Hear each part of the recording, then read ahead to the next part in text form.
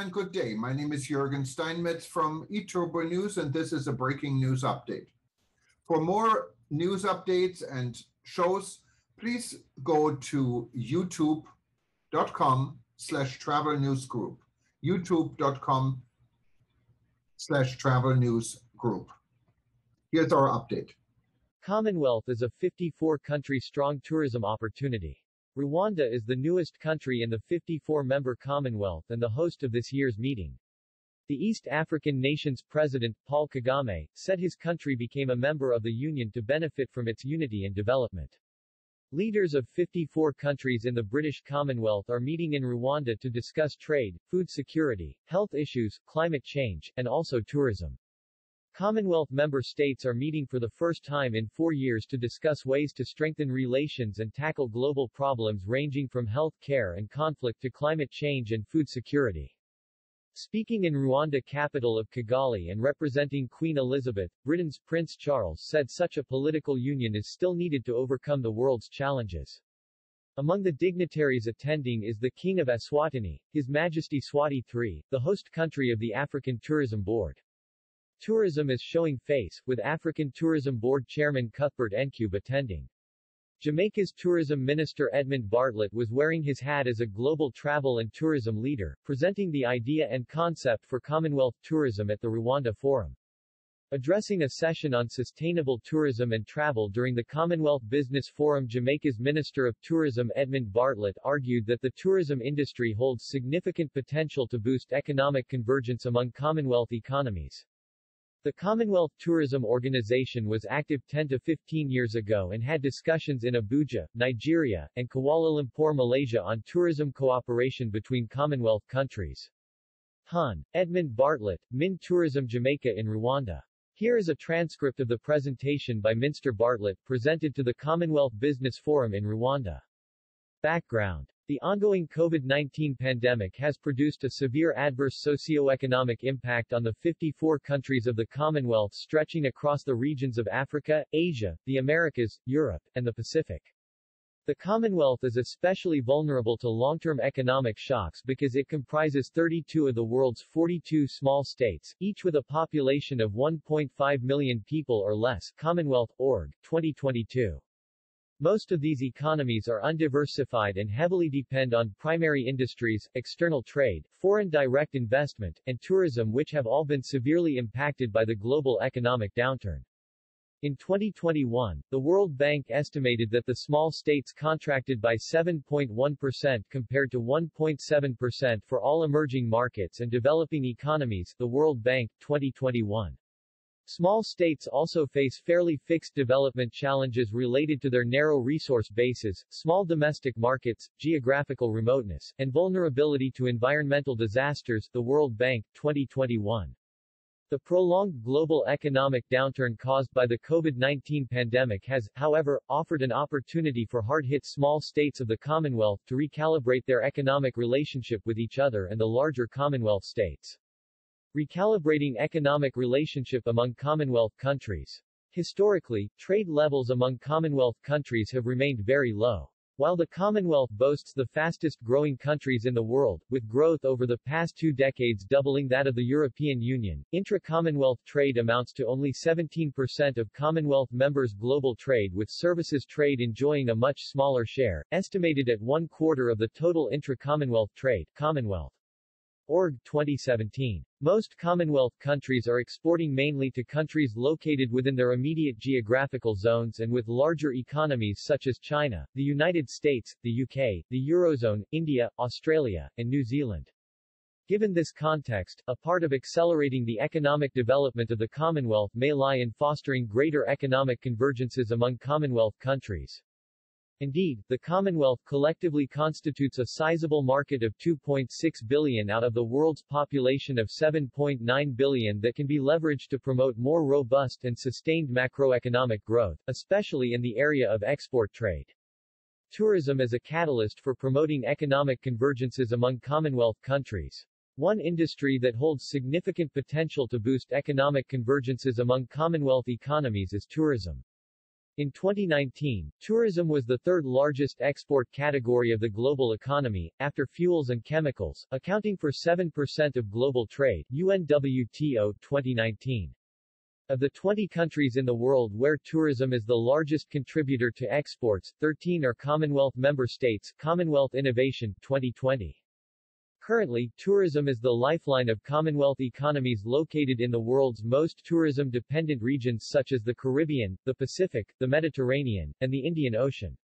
Unfortunately, the major source markets for tourist arrivals as well as for supplying inputs, such as goods and services, to the tourism industry in the Commonwealth are the developed economies of North America, East Asia, especially China, and Western Europe. Consequently, the phenomenal pace of tourism growth and expansion over the years has delivered insufficient benefits to Commonwealth economies, due in large part to the low levels of tourism trade among these countries, which has prevented these countries from retaining much of the revenue generated from the industry. Strategies for boosting economic convergences among Commonwealth countries through tourism. The formulation of post-COVID-19 economic recovery and growth strategies for Commonwealth countries requires that these countries urgently rethink the existing frameworks of economic partnerships with the goal of realigning the boundaries of international trade in their favor. This requires more synergies, collaborations, and partnerships that will foster economic complementarities and convergences among Commonwealth economies. This will contribute to more value-added economic exchanges between smaller countries and with larger countries of the Commonwealth that will enhance intra-regional capacity to generate economic surpluses and retain more of the benefits derived from macroeconomic development. The tourism industry can be a catalyst for fostering economic complementarities and convergences through the following strategies. The promotion of labor mobility within the Commonwealth. The Commonwealth is home to some of the world's most appealing tourist destinations, attracting high levels of foreign direct investment and poised for continued growth. Tourism also happens to be one of the most labor-intensive segments of the global economy. Both can be exploited to promote increased labor mobility across the Commonwealth, especially since the pandemic has produced a crisis of labor shortage for many destinations, and there is also generally a need for more high-skilled workers in the tourism sector, hotels, attractions, cruises, etc. This will require new arrangements that will facilitate the seamless movement of skilled tourism workers across the Commonwealth region and sub-region. Increasing goods and services trade. The goal is to facilitate mutual trading arrangements that will enable more of the goods and services that are regularly used in the tourism industry to be manufactured and supplied by entities based in other Commonwealth countries. This will promote greater intra-regional participation in tourism and strengthen the benefits to local economies derived from tourism. The development of aggressive marketing strategies to tap into larger Commonwealth markets. Currently, tourist arrivals to Commonwealth countries rely on traditional source markets such as North America, Western Europe, and now East Asia, especially China, Japan, South Korea, and Taiwan. Nonetheless, as Commonwealth countries position themselves to be less volatile to shocks and grow their market shares, finding ways to tap into the lucrative and emerging tourism markets of other Commonwealth countries, especially those in Asia, should urgently form part of their focus. India, in particular, has a population of 1.35 billion people and is the fastest growing of the world's major economies, and is currently the world's fifth largest economy. The increase in disposable incomes and acquisition of substantial personal wealth in India provides a valuable opportunity for greater tourism linkages to be forged between smaller Commonwealth economies and India. Skill development, education, and training. In the context of the growth of knowledge-based economies, the provision of knowledge has become a key driver of economic growth. As the growth of the tourism industry continues to accelerate, there will be a growing demand for program and curriculum development to prepare the workforce for the jobs that will be generated across the tourism industry and that will help to raise the standards and prestige of tourism jobs. This provides an opportunity for regional universities and other accredited centers and institutes based in Commonwealth countries to offer formal training and certification targeting the citizens of other Commonwealth countries who are interested in professional development as tourism workers. Multi-destination arrangements. The multi-destination strategy is one of three legacy outcomes from the United Nations World Tourism Organization (UNWTO) in 2017. A multi-destination arrangement is based on joint partnerships involving governments, airlines, hotels, tour operators, and attractions that will enable visitors to seamlessly travel to 2, 3, or more geographically proximate nations and stays over in each destination. Its promotion is consistent with the emerging view by tourism experts that the future fortunes of tourism in specific regions may lie in economic convergence between complementary economies rather than standalone approaches. This also constitutes a rational approach to economic integration that will allow the benefits of tourism to be spread across more economies in a region, thereby generating more economic opportunities for a greater number of people. Indeed, successful multi-destination arrangements can increase tourist flows and promote mutual benefits for more destinations in the region. The role of the Global Tourism Resilience and Crisis Management Center, GTRCMC.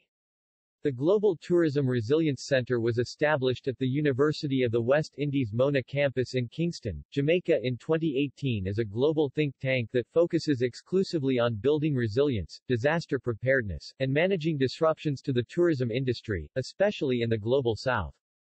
The center has been called to operate in a global context that is characterized by not only new challenges but also new opportunities for tourism to improve the tourism product as well as to ensure the sustainability of tourism globally. The GTRCMC stands ready to lead a future plan of action by the Commonwealth Secretary to deepen economic complementarities and convergences among Commonwealth countries to greater ensure that tourism development serves the long-term interest of Commonwealth regions and sub-regions. Tourism in the Commonwealth. Tourism is central to many economies in the Commonwealth and growing industry in most. It contributes 2.7% to the total GDP of the Commonwealth, averaging 6.7% of GDP per country, and employs 34 million people overall. The smaller the economy, population, or country, it has been noted, the greater the significance of the sector to the economy.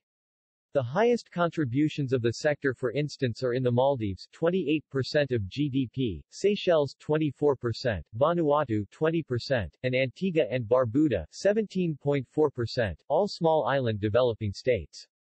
In Commonwealth Europe, heritage and culture are big draws for visitors. The countries are also wealthy and can extensively deliver top-end tourism. Cyprus has been successful also at drawing tourists from all types of markets from the UK to its beaches in the summer months. Cuthbert Ncube, chairman of African Tourism Board, left. Tourism is, directly and indirectly, central to the economies of the Caribbean. The smaller economies depend on it the most.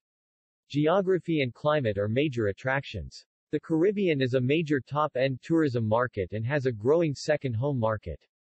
In Commonwealth Asia, Malaysia and the Maldives have been relatively the most successful countries. Malaysia is the second most popular destination in the Commonwealth after the UK with 24 million people visiting the country in 2009, mostly from Asia.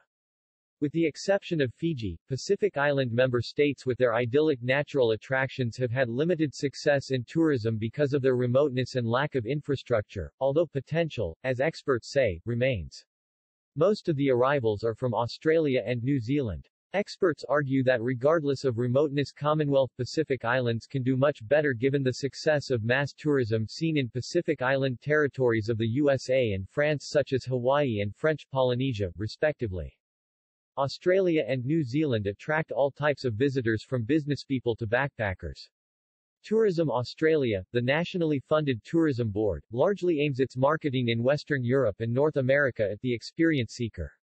In Commonwealth Africa, wildlife, climate, and geography are major attractions. It is in wildlife that Commonwealth Africa has worldwide prominence with its extensive and popular game reserves such as the Serengeti, Tanzania, Kruger, South Africa, Masai Mara, Kenya, and Chobe, Botswana. Indeed, it is the national parks in the Commonwealth part of Africa that almost exclusively feature in most travel guides. Some countries such as Mauritius, South Africa, and Seychelles are top-end tourism destinations. Canada is a major tourist destination. Cultural themes in its four major cities Toronto, Montreal, Vancouver, and Ottawa are major draws for visitors. Canada is world-renowned for the quality and variety of its ski resorts which no other Commonwealth country can match. Current Commonwealth countries. Africa. Botswana, Cameroon, Gambia, the Gambia, Ghana, Kenya, Kingdom of Eswatini, Lesotho, Malawi, Mauritius, Mozambique, Namibia, Nigeria, Rwanda, Seychelles, Sierra Leone, South Africa, Uganda, United Republic of Tanzania, Zambia. Asia. Bangladesh, Brunei Darussalam, India, Malaysia, Maldives, Pakistan, Singapore, Sri Lanka. Caribbean and Americas. Antigua and Barbuda, Bahamas, Barbados, Belize, Canada, Dominica, Grenada, Guyana, Jamaica, St. Lucia, St. Kitts and Nevis, St. Vincent and the Grenadines, Trinidad and Tobago. Europe. Cyprus, Malta, United Kingdom. Pacific. Australia, Fiji, Kiribati, Nauru, New Zealand, Papua New Guinea, Samoa, Solomon Islands, Tonga, Tuvalu, Vanuatu.